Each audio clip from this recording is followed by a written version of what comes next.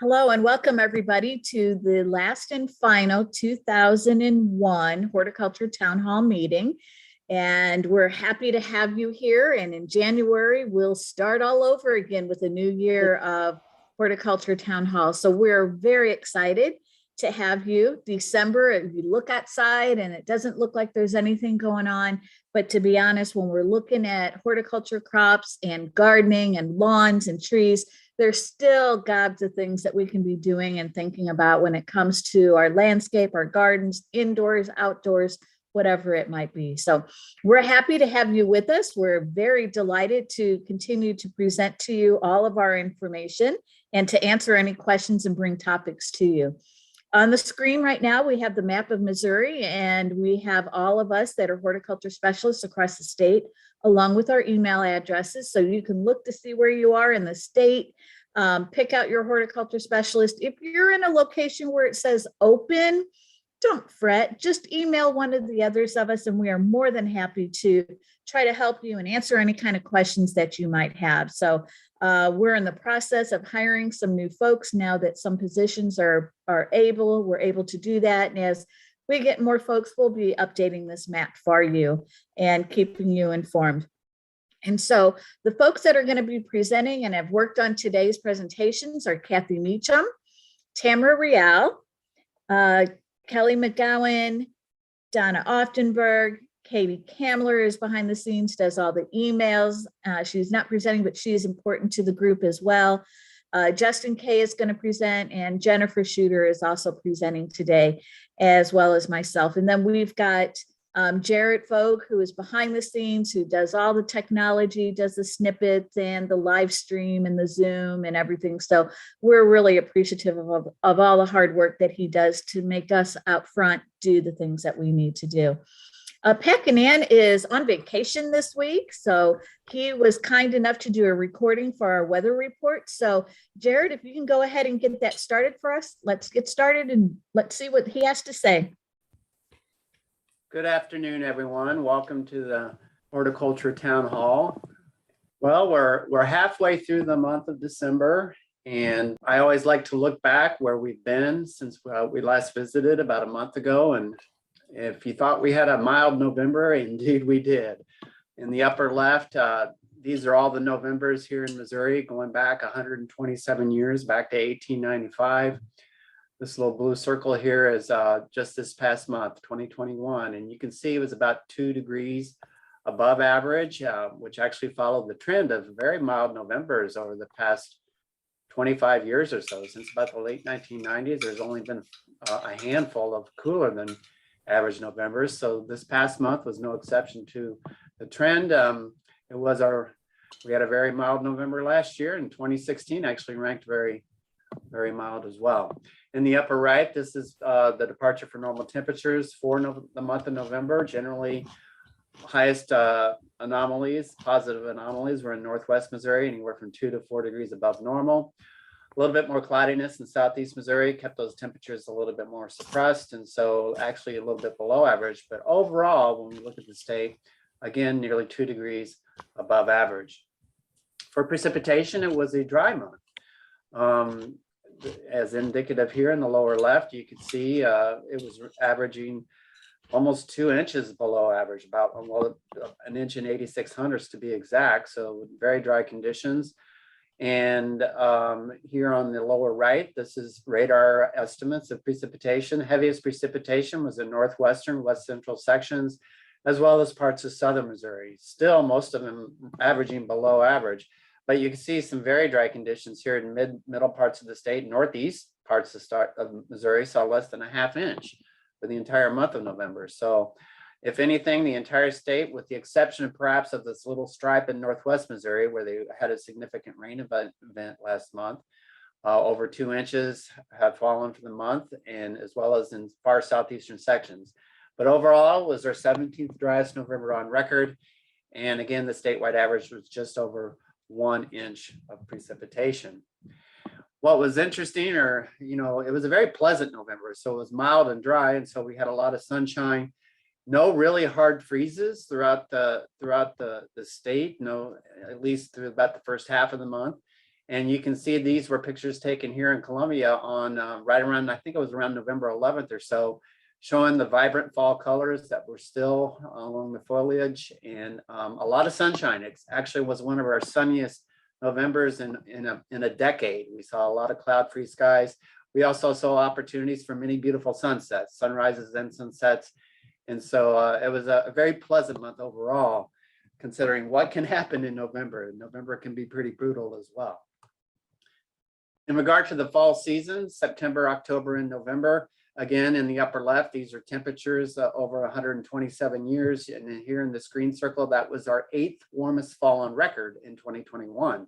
For the September through November period, it was our warmest fall since 2016. And in the upper right, you can see the trend or departure from normal temperatures over the year so far. You can see we've had 4 consecutive months with above normal temperatures. So very mild late summer and throughout the fall. And that's continuing well into December as well, running well above average for the first half of December with these really high unusual temperatures. Typically this time of year, I should mention, high temperatures in December are generally in the low 40s or so, low to mid 40s, lows in the 20s. And we're seeing some unusually mild conditions persist right into the first half of December. Lower left shows precipitation for the fall season, September through November, averaged a little bit below average. And what really helped us out in regard to precipitation was the month of October. Fortunately, we did get a significant amount of precip across the state in October. That helped a little bit in regard to recharging the soil profile, as well as bringing those surface water supplies up a little bit. And we got with little to no hard freezes in October, we saw some opportunities with the moisture for some renewed grass growth in the state. And so fortunately, you know, it's been dry for the most part, August and September and as well as November. So it was nice to get some much needed precipitation to help, you know, bring up those water supplies above and below the ground a little bit better than what they could be. I should mention 2017, you know, if it wasn't for October, 2017 was we had a fall drought, we had warm conditions, and that was not a good situation. And so we were fortunate to have this wet conditions during the month of October to mitigate the dryness that is ongoing since December has also been very, very dry for Missouri. This is the monthly temperature outlook for December for this month. And, you know, this is about a month old, but, you know, it was a pretty good forecast in regard to when this was issued at the end of November, indicating above normal temperatures were anticipated. The deeper or darker these shades of color here indicate a higher confidence that this forecast will verify. And by all means, it has verified very well with a much above normal conditions for the first half of December. And it looks like by all means, December will end up being an above normal temperature month as over the next couple of weeks as we come to an end of the month and end of the year for that matter. On the right, this is the precipitation that was forecasted for December. We've been obviously very below normal for the month, and they were indicating that at least for southwestern sections. And then the upper Midwest as well as the Pacific Northwest for above normal precipitation. In regard to the seasonal outlook, this is a 3-month outlook for this, what we consider our winter outlook that was issued last month. I will note that tomorrow they will be issuing a new seasonal outlook for January, February, and March, but this is the one we have to work with as of now, the latest one, which was the winter outlook. It's a classic La Nina signature connection that the forecasters use to come up with these above normal temperatures across much of the middle and eastern and southern parts of the country, colder than normal conditions anticipated for the winter across the northern plains into the Pacific Northwest. That is a classic La Nina signature. We are in a La Nina situation, which is cooler than average sea surface temperatures in the equatorial Pacific. They do have teleconnections or trends on what can perhaps impact the United States during the winter season. And this is the classic signature for temperature, as well as for precipitation for December, January, and February. They do indicate more of an above normal precipitation regime setting up for the winter, especially in the upper Midwest and into parts of the Ohio River Valley. And that does impact a good portion of Missouri for above normal precip. We obviously haven't seen that yet, but things can change quickly in our state. And with wetter patterns on the horizon, perhaps towards the latter half of December, and as we go into January and February, drier conditions during La Nina winters or cold season are anticipated across the South, and wetter conditions in the Pacific Northwest. That's pretty much a weather wrap up. Thank you so much, and I'll hand it back over to you.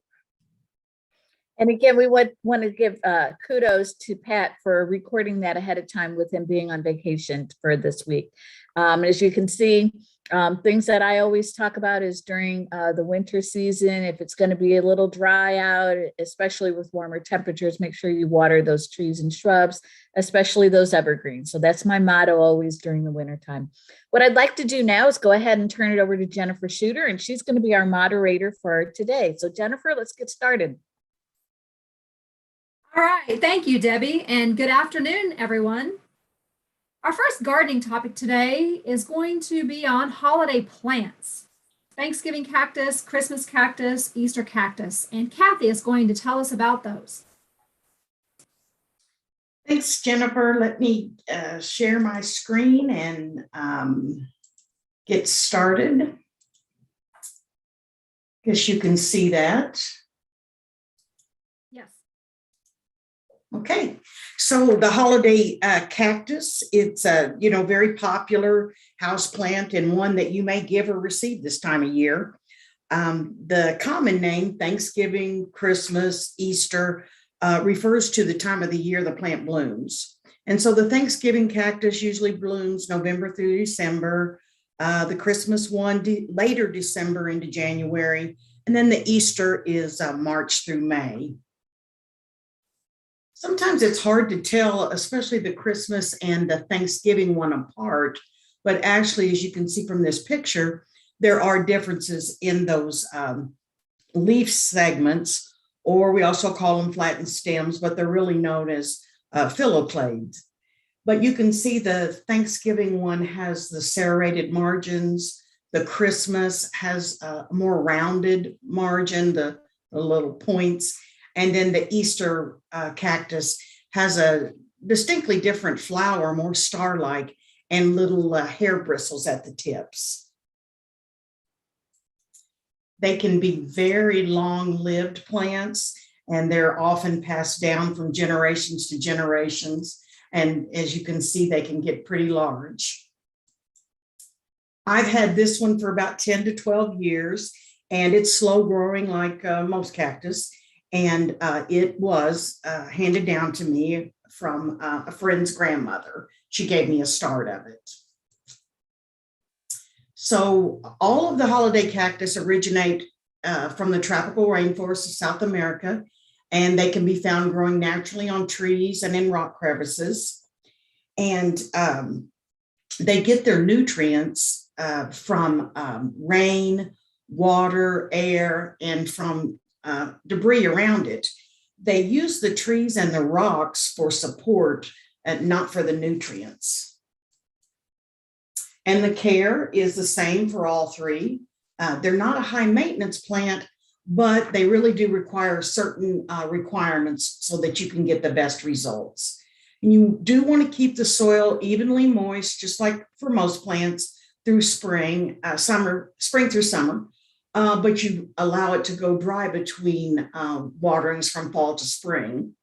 When you see the new growth start at the branch tips in late winter or early spring, you start fertilizing, but you use a weak solution, probably about a fourth strength, or you can use an organic fertilizer because a strong fertilizer can really damage those fine root systems. If you propagate any and start them, you'll see how small the root system is.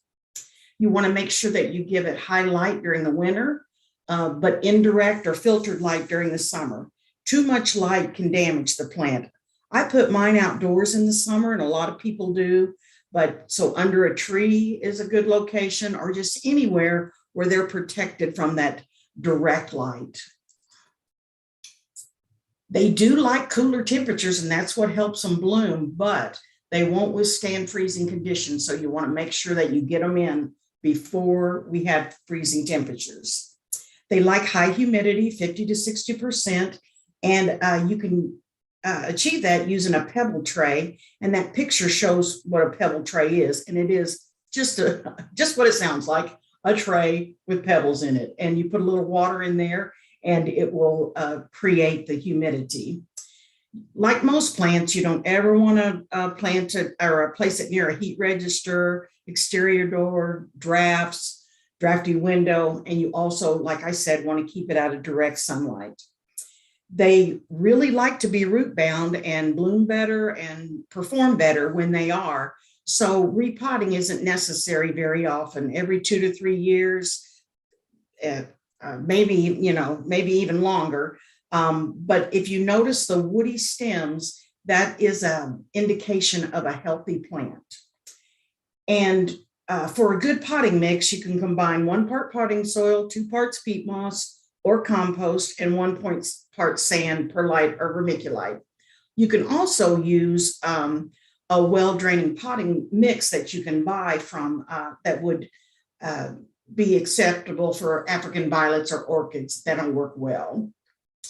But once they start to develop, the buds start to develop, once they've been brought in and they're in the cooler temperatures and the buds start to develop, you don't want to disturb them because this can result in bud drop. To initiate the buds, you want to, like I said, leave them outdoors in a protected location just before the frost danger. And you want to let the soil dry out thoroughly through waterings, and move them to a bright, cool location. They need cooler conditions in fall in order to set those buds. The cactus and the Christmas and the Thanksgiving cactus require about 6 weeks of short days to bloom, and the Easter cactus requires longer, 8 to 12 weeks. A sharp difference in temperature, moving the plant, changing the water schedule or the light intensity can cause the holiday cactus to drop buds, which you don't want. We worked real hard to get these, and they really do provide a lot of interest in the winter in the house. It's easy to prune them. All you need is a sharp knife, small pruners, or scissors, and you just clip them off at the segments. And you can do that to shape them, or you can do that to start new plants. Propagation is very easy from those cuttings. They'll start in water. They'll start by laying them on the soil. They'll start to root, or you can wet the ends of them, put them in a little rooting compound and stick them right in the soil. And it won't be long before they will be rooted and be ready to give away or have an extra plant. Lots of different colors. As you can see, that Easter lily, Easter cactus has a different bloom than the other two, but they do all come in different colors, whites, apricots, and of course the favorite, I believe, is the red. The older plants, and I'll show you a picture, they have the long arching stems, and they do make them suited for hanging baskets or plant stands. So here's a picture of that. And that's all I have, Jennifer. Thanks. All right, thanks, Kathy.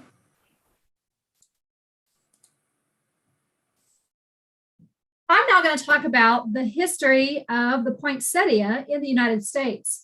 I have always found poinsettias interesting. It's one of my favorite potted plants, and the poinsettia has just a very interesting, neat history that I thought I would share with you today. So the origin of the poinsettia is Mexico.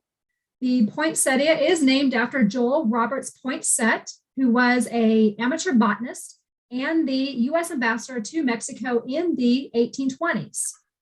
While in Mexico, he found a plant with red leaves that was growing wild on the sides of the road in the Texaco region. He had cuttings sent back to his greenhouses in Charleston, South Carolina in 1825.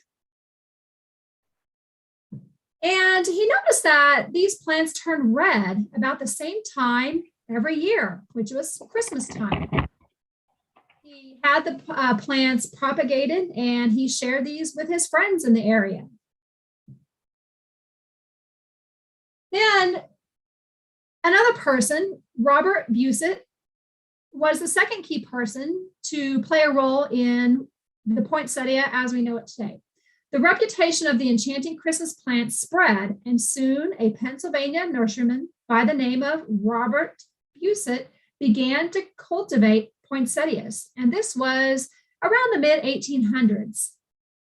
Buset would be the first to sell the plant to the public under its botanical name of Euphorbia pulcherrima. He also played a large role in helping to establish the plant's Christmas reputation. And then we move into the 1900s, and we have the third key persons, and that is Albert and Paul Ecke. That's father and son. Albert was born in Germany, and he settled in Southern California in the early 1900s in the Hollywood area. Albert established a fruit orchard and a dairy farm, but his real love was plants, and he was interested in the tall, leggy red plants that he found growing wild throughout the area, known today as a poinsettia. Albert Ecke was the first to develop the poinsettia's commercial potential. His son, Paul, had bigger ideas, and he gave it a makeover through breeding and cultural techniques that turned the tall, gangly-looking plant into a colorful and compact potted plant that we know today. So the son, Paul Ecke, graduated from Hollywood High School, and he inherited the family business when his father died in 1919. At the family ranch in Hollywood, he sold off the dairy pasture land so he could concentrate on cultivating poinsettias. He sold fresh poinsettias at stands along Sunset Boulevard.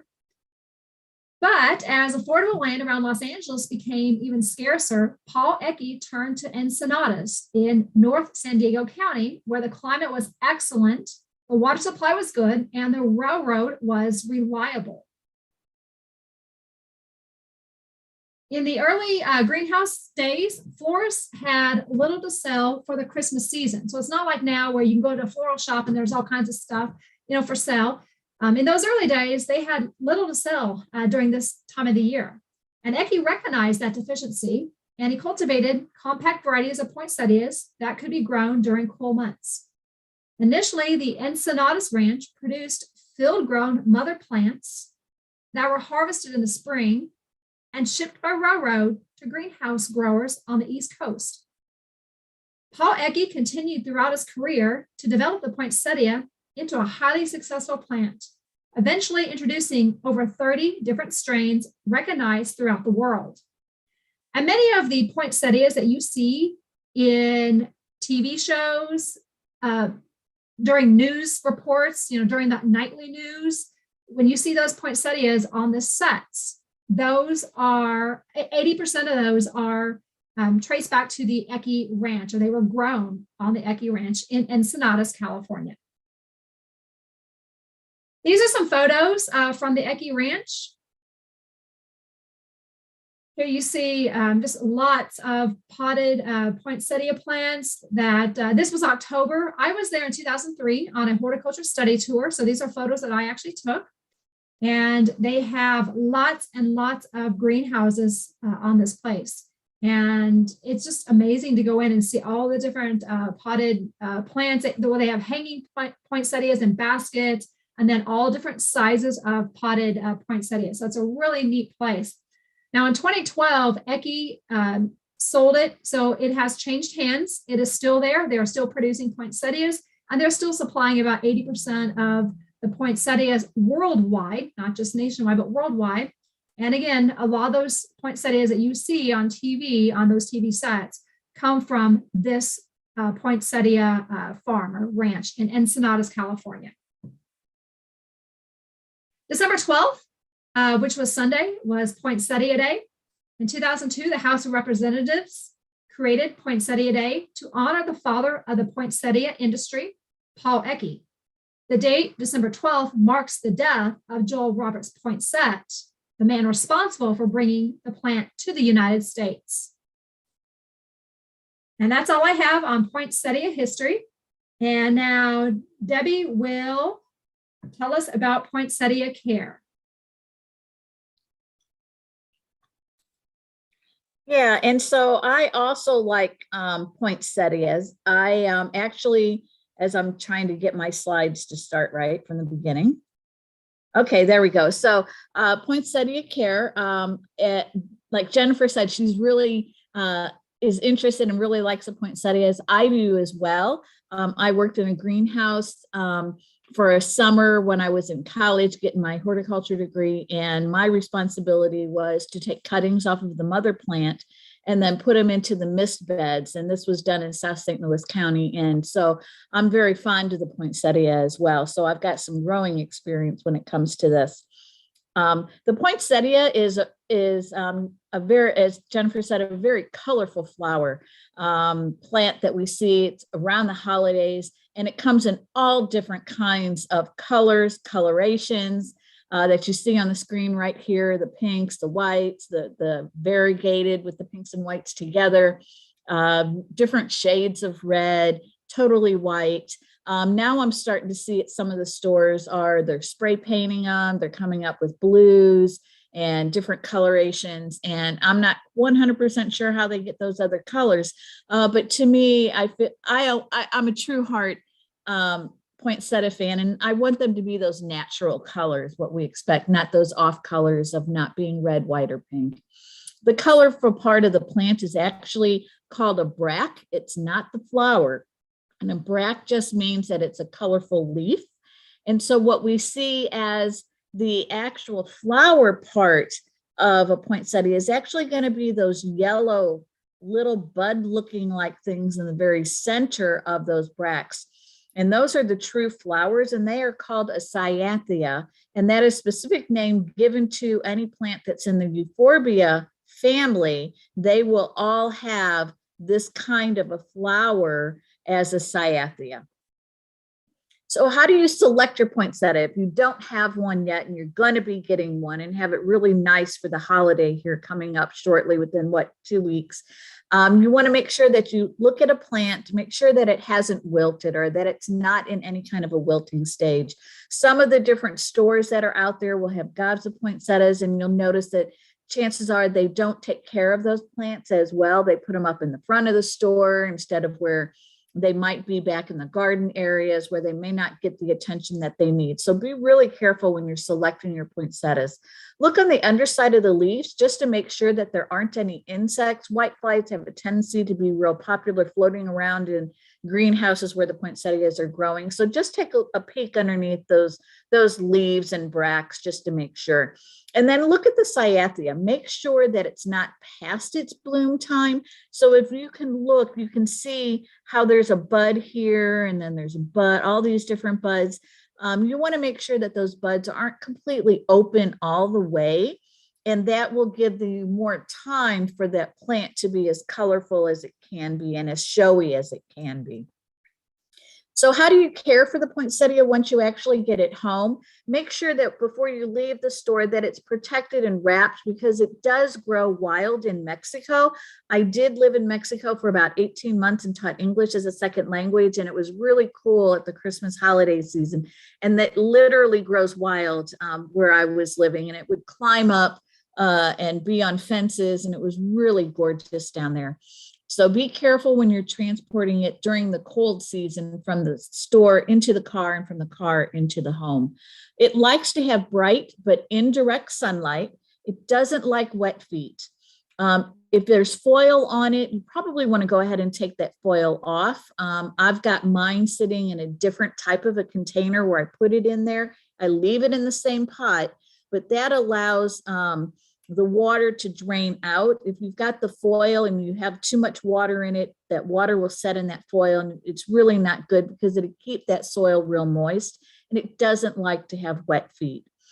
What I have a tendency to do is go over and touch the soil. If it feels clammy or moist, I usually wait. if I lift the pot up and it feels lighter than what I think it really should be, that's the best time to be able to water that poinsettia. And there's no need to fertilize. We're at the very end stages of what this plant is being produced for. It's had all that fertilizer in its growth before you actually purchased it and brought it home. It is a short day plant, and it comes, as I said, in multiple different kinds of colors. My mom has been very fortunate in the fact that she can take a poinsettia she keeps it alive. When it gets to be nice and warm outside, she puts that pot outside and she lets it grow all summer. Jennifer commented to me the other day that she'll take her poinsettias and she'll actually take them out of the pots and dig them and put them directly into the soil. And then she'll just let them go. And as the winter starts to come on, then those poinsettias will die if they're left outside. But my mom sets hers in a pot outside and then she brings it inside. And what she'll do is she'll put it into her living room. And she has a family room and a living room. So she kind of spends her time in the family room. But in the living room, it gets that natural daytime light, but she doesn't go in the living room, so lights are not turned on. And so what happens with the poinsettia of being a short day plant, it means it needs fewer hours of sunlight and longer hours of darkness. So the longer dark nights is what triggers the poinsettias, not necessarily to bloom with those cyathea, but to get those bracts to change their color. So usually September 25th is what we call the magic date, where the plant starts to shift from its vegetative growth to changing it to where those bracts are going to start to develop and grow into those colorfulness of what we want at Christmas time. So if you don't have a room that you don't go into generally at night, what you can do is you can take that plant, put it in a closet or a room during nighttime, like maybe about 4 or 5 o'clock, and then pull it out in the morning when you get up. So it needs that longer night in order for it to bloom. During the care for it, you can prune it back around Labor Day. It will continue to grow. And again, September 25th is when you actually want to put it into that dark room for about 6 to 8 weeks. And then after that time frame, you can bring it back out and put it in an environment where you can start seeing it continue to grow and to start showing those colorful bracts so that you can have a real pretty and joyous Christmas time frame. And that's all that I have for the poinsettias. All right, thank you, Debbie. Our next topic is assessing the landscape with Donna. Okay, so now we're going to change gears. So let's talk about gardening in the wintertime. Since we're slowing down and everybody's started putting things to bed and cleaning up, now's a good time to really step back and think about, okay, what changes do I need? Just start assessing things. So of course, you're going to be doing the regular winter and fall things, but like I said, just take a few minutes or even a little while and think about what things need to change. So, and things may be great. You may not need to have to do anything, but you never know. So my recommendation is take the time, since we're slowing down, sketch out your areas. You might, take a piece of graph paper, even notebook paper, sketch out, an area, the surrounding area with the house, any outbuildings, hardscaped areas, utility lines, garden and landscape beds, and any individual trees and shrubs. And this will give you a basis for figuring out, okay, if things need to be removed, if things need to be added, if things aren't performing well enough. And so this will just give you a basis for, okay, everything's on paper. I know where everything is. What things do I need to start evaluating? And the one thing I always really talk to gardeners about is your focus of your landscape changes as your landscape ages. And so I always like to talk about this because a landscape has about 15 years until it needs to really have major changes. So when we first begin and we put a new landscape in, there's, you're adding to. So that might be where you're at. And so you might look at things you need to add, focus on what's working, what changes need to occur, and what plant or hardscaping needs to be added. I know when I started my landscape, the first year was planting trees. The second year we came in with shrubs and perennials. Then in the third year, we started working on hardscaping. Now, not everybody's going to be that way, but that might give you an idea of how you need to be assessing, especially if you have a new landscape. Now, if your landscape's been in for about 5 or 6 years, or even more than that, your landscape starts aging. And so then you need to start thinking about the pruning and if you need to replace something, just the general upkeep. So, I know that when we were in, year 6 to 8 on my landscape, we started getting overgrowth and we started getting suckering and we started seeing a lot of broken branches. So this is the time to go in and start making corrective changes and making a game plan. And then of course, once your landscape gets to about 10 to 15 years, you might start seeing major issues start to happen. So you may have put a tree in the wrong place and it starts to buckle a sidewalk, or you might have put something too close to the house and you've had a bad case of spider mites, or the tree is pushing on the eaves. So you want to start looking at those major issues that start to happen. You might need to focus on crowding or overgrowth. And sometimes, I'm at year, I think 18 and on my landscape, and I have decided we just need to pull a bunch of stuff. Those shrubs and trees have gotten way too big in certain areas and they just need to come out. And so then we start all over with that new landscape. And so, take a look at what your landscape has to offer, what things need to change. And you might ask yourself these questions: what's worked, what didn't work, what needs to be moved, what needs to be added or eliminated, how have plants performed? Not all plants will perform the same in every environment. And so I know that I have a couple of wet spots in my yard. And so there are things that have performed really well for my friends and fellow gardeners, but they haven't been right for mine. So it's time to pull them out or change the variety or species. Have you had pest issues? What can you do to alter that, the predictability of those pest issues in the future? Change the type of plant, start on a spray schedule, things like that. Did the landscape serve your needs? Think about your lifestyles. Kids leaving home for college, or you have new babies or new grandchildren. You've added a bunch of new people into your family through various ways in the last several years. Think about those lifestyle changes that might affect the way your property can serve you. Review the light around your property, because that can change with tree growth, tree removal. Think about the soil. Have you had a soil test taken lately? So think about that.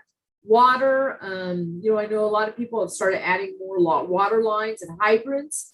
Do you have enough? Do you have enough hose to make it to all those different places? And think about those microclimates that might exist within your property. Was there enough space to grow enough food? I know that with the pandemic and people staying home more and grocery prices climbing, we have a lot of gardeners that are looking at increasing the size of their gardens or changing the way they garden. And so think about that. Do you have enough space for feeding your family? And of course, think about, do you want to increase your garden or landscape area? Or on the other end, do you want to reduce it? Because I know that I have a lot of friends that say, well, I've bitten off more than I can chew. I'm just going to have to scale back a little more.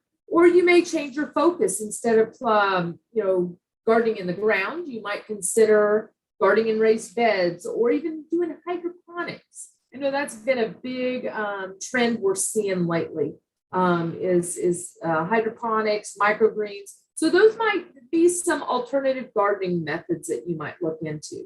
And then, of course, we hear a lot of people going, well, I wish I had done this or that with my walls and my walkways. So start taking a look at those and see if they need to change. Are walls still horizontal and, where they need to be horizontal or vertically, straight? And so think about that, because as these blocks age and the ground settles, we start getting, a tip here or an unlevel here, and have your pavers started sinking, because a lot of times that settling causes them to sink. Running over them with a UTV or a lawnmower can cause them to sink. So they may have to be leveled and readjusted. Our pathways holding up to the wear and tear of traveling feet. And I like to bring this one up because there are a lot of people that do different things for pathways, grass pathways, mulch pathways, gravel pathways. And so the more you walk on them, the more things settle or break down. And so think about that. It may be time for a load of mulch to come in. And is there areas that need pathways? And I know I have in my yard, I definitely need a pathway from the house to the greenhouse, because every morning I'm making that same path across the lawn. And so I am wearing a path in the grass. And I know my husband gets a little upset at me sometimes. Take a different path, he says. Well, no, that's the straightest, most direct path. So I need a pathway. And so these are just some of the things that you need to start looking at. Remember that your landscape is constantly evolving. Things are constantly growing, dying, insect infestation, reseeding. You might think about this. Echinacea is a good example. You plant one and it goes a little crazy, it goes everywhere. And so just keep that in mind. There's always some maintenance that you can be doing at all times of the year, even in the winter. And so that's all I have. Thank you, Donna. That was great information. Our next topic is food safety for home gardeners, and Justin is going to talk about that. All right. Thank you, Jennifer. So produce safety is probably something that we are talking more and more about in fruit and vegetable production. A number of years ago, there were some severe food safety produce related outbreaks. And so we now actually have a federal standard called the Food Safety Modernization Act. So a lot of us horticulturalists around the state with MU Extension have been trained in produce safety for produce growers. So we do a lot of training with our produce growers around the state to help them comply with the Food Safety Modernization Act and to help them establish food safety best practices on the farm. And we realize that there's a lot of folks that are doing a lot of vegetable gardening, whether at home or in community gardens or church gardens, that might be interested in these topics and addressing food safety and the activities that they're doing. So foodborne illness affects a lot of Americans. Now, when we're talking about foodborne illness here, this is kind of the big picture. This is not all necessarily produce related, but there's a certain number of hospitalizations and deaths annually. Some of the most common foodborne illnesses that you might hear about are Salmonella, E. coli, Listeria, although there are a number of others, including hepatitis and 5 or 6 other potential infections that could come from foodborne illness. So when we look at what crops these outbreaks are associated with, I think we've all heard probably about the sprout situation over the past number of years. Leafy greens are another big category where there's contamination, but we have other crops like melons, tomatoes, and berries that are associated with produce safety, foodborne illness outbreaks across the country. So, what type of produce is the biggest risk category? Well, we're talking about fresh produce that's not cooked, and in particular, fresh produce that has close or direct contact with the soil. So we think about our things like our lettuce and our greens. We think definitely about our root vegetables, as well as things like strawberry and summer squash, but it could be any produce that has direct contact with the soil. So a lot of folks say, well, can't we just wash the produce? There's all these different produce sanitizers out there. Why do we need to worry about this stuff? Well, we can wash produce, but if you think about a strawberry, all the tiny little surfaces on there that would need to potentially be cleaned and sanitized and decontaminated if there was any potential contamination on those. So the best approach we can take is to prevent the contamination before it starts. Now, microbial contamination is a big one, especially when we're talking about these foodborne illnesses. So when we think about, how does that happen? People are a big source, right? So a lot of that's associated with hand washing, only working in the garden when you're healthy, but it could also come from water. So for instance, you might have well water that could have a contaminated wellhead. You might be capturing rainwater from a roof where birds are pooping.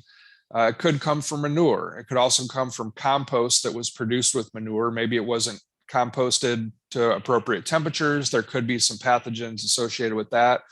You can also transfer pathogens on things like equipment, things like harvest totes, and then wild animals and pets can also be a source of contamination specifically related to manure. So contamination can occur in the garden.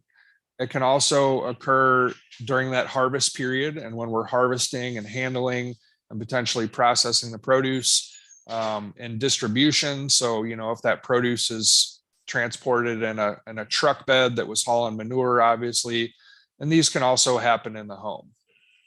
It's not just microbial contamination, though. There are sources of physical contamination. It could be glass and metal. It could be contaminants and physical contaminants and compost that was brought in. There's also heavy metal concerns. So a lot of our urban areas, especially like St. Louis and Kansas City with older housing stock, there's lead contamination associated with lead paint as well as exhaust emissions. So we do encourage heavy metal testing, and other areas around the state with a history of mining and smelting might also have issues with heavy metal contamination. You could have contamination from pesticides. So maybe something was used at a higher rate, or someone didn't observe the pre-harvest interval that might be associated with that pesticide. And then oftentimes in urban areas, maybe you have a site that used to be a gas station and there might be contamination from that site as well. So community gardens, there's some challenges here because there's a lot of people involved. You have volunteers who are working in the garden. You have the individual plot holders. You could have community visits. You could have both wild and domestic animals in the garden. You have a lot of people working in the garden, so you can't necessarily control everything that goes on. But we can work to establish a culture of food safety, and we can identify, what are the potential risks along the way from planting to consumption. We can work to reduce those risks and help ensure produce is safe, both for the gardeners that are consuming it, as well as if we're donating to food pantries or other individuals. There's always risk. You can't eliminate it, but we can use education and development of best practices to reduce the risk and help mitigate some of that risk. And it's really about developing a food safety culture around a community garden or even a home garden for that matter. So I want to let everybody know we are doing a class on January 26th for produce safety for community gardens, but this class would be great for home gardeners as well as master gardeners. Anybody that's interested in this topic, we're encouraged to attend. It will be a free class, but registration is required. And I think we'll go ahead and drop that link in the chat box. And that is all I have. Thank you, Justin. We will now do friend or foe with Tamara. Thank you. I think the screen should be showing now, or if not, very soon. So we are going to put up a poll. Hold on, I want you to get a good look at this. And if I can get my poll to work, I will let you guys decide. Is this a friend or a foe? There we go. You should see something on your screen unless you are on YouTube watching us. But if you're on YouTube, you can put it in the comments or you can put your reaction in the comments. I'm going to give you guys about 10 seconds.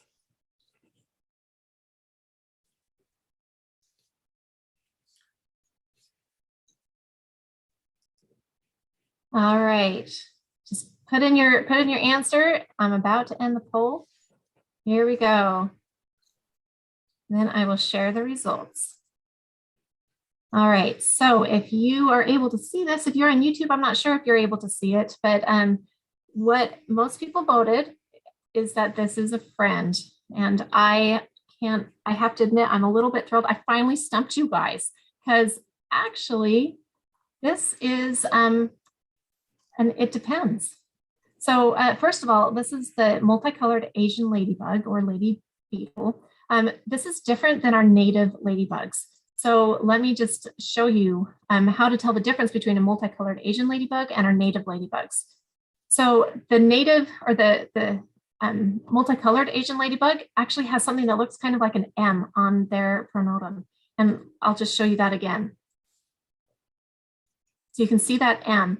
And compared to our native ladybugs, which on their pronotum, you're not going to see that M there. And the reason why this is kind of a pest, it can be a friend. Yes, it does eat those soft-bodied pests, but it can become a problem in the fall because it can actually invade our homes, and it can also displace our natives. And also, if they finish eating all the aphids and whiteflies and other little soft-bodied things, they will actually go to fruit that has already been damaged, but they will infest the fruit. So this is a tricky one. It can be a good one, but it also can be a pest. So this is an it depends. So thank you. That would be friend or foe today.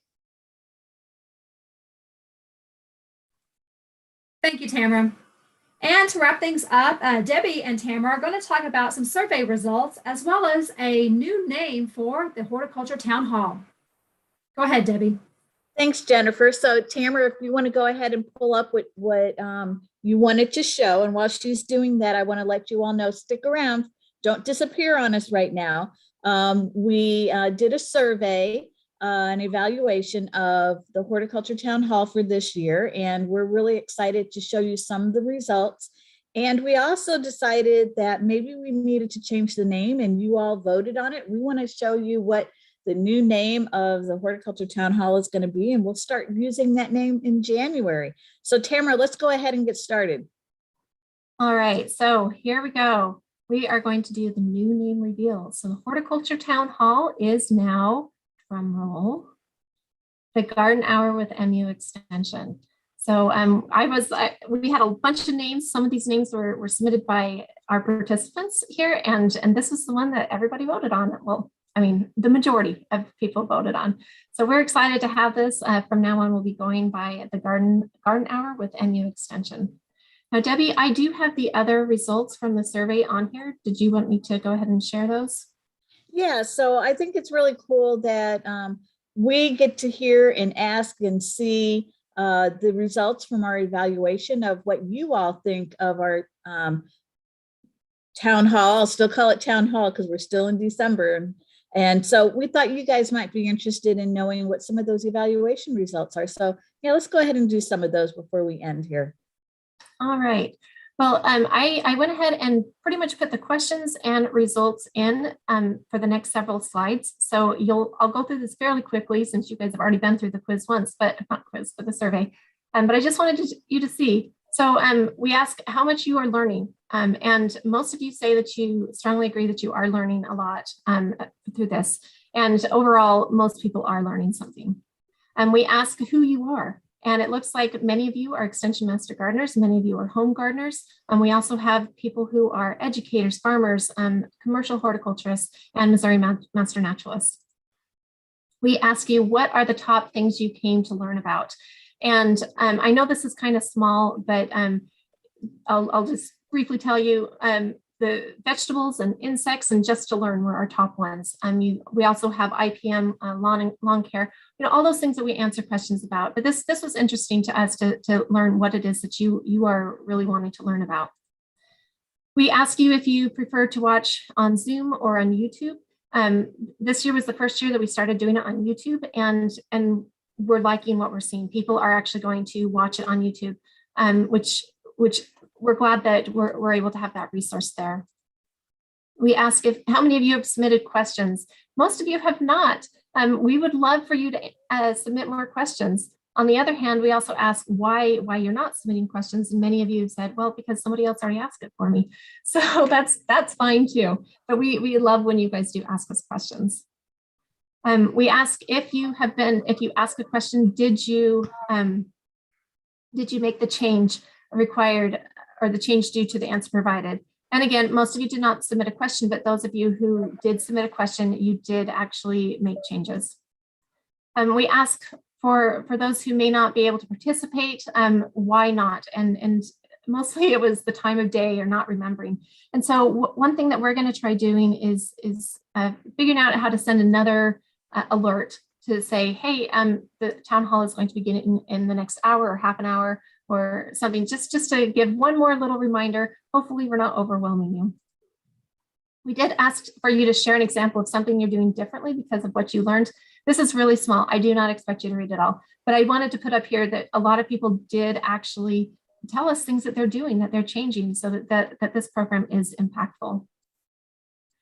We ask if you've contacted MU Extension Specialist, and many of you haven't. It looks like many of you are actually getting your answers already here, and that is fine. But we want you to know that we are available for you to contact us. That's why we put that map up every week, but you can contact every one of us. We also want to make sure everybody knows that we do take snippets from these town halls or garden hour, and we post them on our YouTube channel. And so if you don't know about it yet, please know that they are there. So this information is available at any time. Again, with the YouTube channel, check it out. Many of you have actually gone there to get more information. And then we've asked, have you subscribed? And if you don't know how to subscribe, let me just tell you really fast. If you go to the channel, you're going to see this little thing. Click on subscribe. And that way you'll have access. Well, you'll have access to all videos anyway, but it does help you to be able to see it when new things come up. Also, if you click this little bell, that will help you know when a new video comes online. It also will help you know when we are going live. So those are the results from the survey. We really appreciate those of you who took the survey to help us get that information. We need that information so that we can know how to improve our programs and also how impactful it is in our state. So thank you again for those who did participate. And thank you, Tamara, for sharing that with us. We, as you can well see, we really like to see the results. We always like to know if we have really made a difference in your lives with the information that you're learning, and it appears that you all are. And so that makes our days really happy. And it's great to see this at the holidays because we feel like this is a gift that you all have given to us at the holiday season. So I want to talk about, we're changing, of course, the garden hour with MU Extension. So you'll be seeing that in your inboxes as a reminder when we send those out. It is say the garden hour with MU Extension or the garden hour, however that might come. And so be sure to open those up, and then we'll try to tell you some of the different things that are happening. So again, just as a reminder, we're going to have during the winter season, we're January 19th, February 16th, March 16th are going to be our monthly garden hour. And then starting April 6th, we're going to be weekly. And then if you would like to submit a question, and of course, we really want to see what your questions are and have them submitted so we can answer them for you.